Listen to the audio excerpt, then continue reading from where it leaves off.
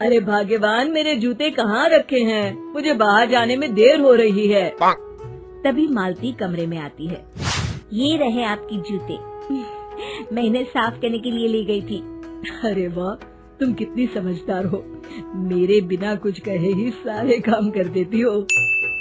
तभी मालती झिझकते हुए रमेश से कहती है, सुनिए जी, आपसे एक बात कहूँ, बुरा तो नहीं मानेंगे ना? अरे नहीं नहीं, बेफिक्र होकर कहो। शादी से पहले मैं अपने मायके में नौकरी करती थी। मैं चाहती हूँ कि अब मैं फिर से नौकरी करना शुरू कर दूँ। वैसे भी सारा दिन घर में बोर हो जाती हूँ।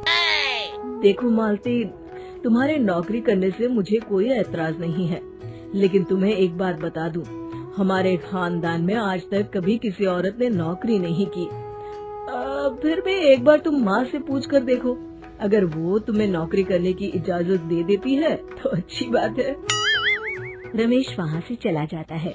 फिर उसी शाम मालती अपनी सास के पैर दबा रही होती है। तभी उसकी सास मालती से कहती है, अरे क्या बात है बहू, आज तो ठीक तरह से मेरे पैर नहीं दबा रही। किसी ख्याल में खोई पड़ी है क्या? मैं भी तो जानूं आखिर बात क्या है। अब दरअसल वो माँ जी। अरे हाँ हाँ बोलो, इतना सोच क्यों रही हो? माँ जी, अगर आप बुरा न माने तो मैं नौकरी करना चाहती हूँ। घर के काम करने के बाद मेरे पास काफी वक्त बच जाता है। मालती की ये बात सुनकर उसकी सास गुस्से में कहती है, अरे बहू, तेरी तबीयत तो ठीक है ना? आज ये कैसी बहकी बातें कर रही है? भला हमारे खानदान में आज तक कभी किसी औरत ने नौकरी की है जो तू नौकरी करने की बात कर रही है? हैं? अरे बहू, तू क्या रिश्तेदारी में हमारी नाक कटाना चाहती है? जितना जल्दी हो सके अपने दिमाग से नौकरी का भूत उतार दे, और अब जा, जल्दी से रसोई में जा, खाना बनाने का वक्त हो रहा है। मालती मन मार कर खाना पकाने के लिए रसोई घर में चली जाती है। अगले दिन, नमस्ते माँ जी, कैसी हैं आप? अरे आओ आओ दिवाकर बेटा, बैठो, मैं तुम्हारे लिए चाय मंगाती हूँ। बहू, जरा एक कप चाय तो लेती आना। फिर दिवाकर एक फाइल खोलकर मालती की सास के सामने रख देता है। ये देखिए माँ जी, ये है पिछले महीने का हिसाब और ये रहे मुनाफे के रुपए। एक बार हिसाब देख लीजिए और इन कागजों पर अपने दस्तखत कर दीजिए।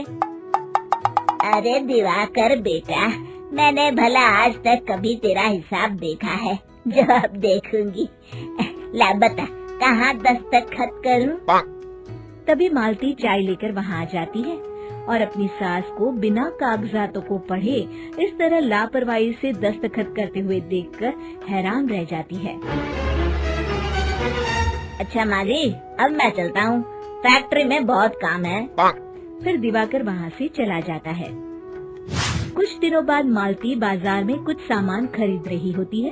तभी एक बूढ़ा आदमी उसे आवाज देता है, अरे मालती बेटी, कैसी हो? मुझे पहचाना?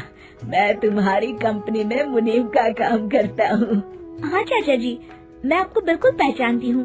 कहिए, कैसे हैं आप? मैं तो ठीक हूँ।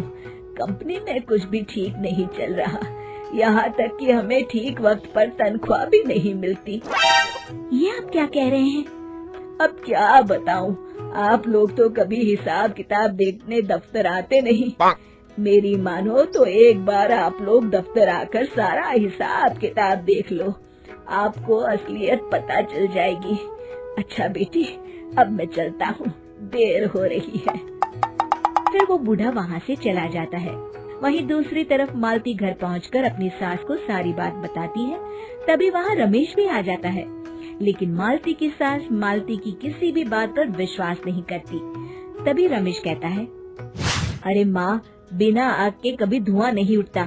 जब मालती इतना कह रही है तो हमें एक बार दफ्तर चलकर देख लेना चाहिए। वैसे भी हम लोग काफी दिन से अपने दफ्तर नहीं गए हैं। इस तरह किसी एक आदमी के भरोसे काम छोड़ना मुझे भी ठीक नहीं लगता। अगले दिन वे सभी अपने दफ्तर पहुंचते हैं और सीधे दिवाकर के कैबिन में जाते हैं। अचानक सबको एक साथ देखकर दिवाकर चौंक जाता है। अरे माँ जी, आप सब लोग अचानक यहाँ कैसे आ गए? अगर कुछ काम था तो मुझे एक फोन कर दिया होता, मैं आपके घर आ जाता। तभी मालती की सास कहती है, अरे दिवाकर बेटा, आज मैं हिसाब देखने दफ्तर आई हूँ। जरा मुझे पिछले 6 महीनों का हिसाब दिखाना तो बेटा। दिवाकर घबराते हुए हिसाब की फाइल मालती की सास को देता है। मालती की सास फाइल लेकर मालती को देती है और कहती है, ले बहू, देख ले हिसाब। मालती फाइल को बड़े गौर से देखती है और अगले ही पल उसे सारी गड़बड़ी समझ में आ जाती है। वो अपनी सास से कहती है, माँ जी, मुनीम चाचा बिल्कुल सही कह रहे थे। हमारी कंपनी में पिछले 6 महीनों में जितना मुनाफा हुआ है, हमें उसका आधा पैसा भी नहीं मिला। यूँ समझ लीजिए कि 1 रुपये में सिर्फ चवन्नी ही हमारे हाथों में आई है। मालती की बातें सुनकर मालती की सास गुस्से से दिवाकर को पूछती है, क्यों दिवाकर, मेरी बहू जो कह रही है वो सच है? दिवाकर समझ जाता है आज उसका भांडा फूट चुका है। वो गिड़गिड़ाते हुए कहता है, मुझे माफ कर दीजिए माँ जी, मैं पैसों के लालच में अंधा हो गया था। अरे वाह दिवाकर, तू तो एक नंबर का चोर निकला। इतने दिनों से मैं तुझ पर आंख बंद करके भरोसा करती रही और तू मुझे ही चुना लगाता रहा। अभी के अभी निकल यहाँ से और दोबारा अपनी शक्ल मत दिखाना। दिवाकर वहाँ से भाग जाता है। मालती की सास मालती को शाबाशी देते हुए कहती है, बहू, आज मैं समझ गई कि पढ़ाई लिखाई हमारी जिंदगी में कितनी जरूरी है। मैं बहुत किस्मत वाली हूँ जो मुझे तुझ जैसी बहू मिली है। शिक्षा, पढ़ाई लिखाई का इस्तेमाल सही जगह करके हम दुनिया में बहुत कुछ बदल सकते हैं।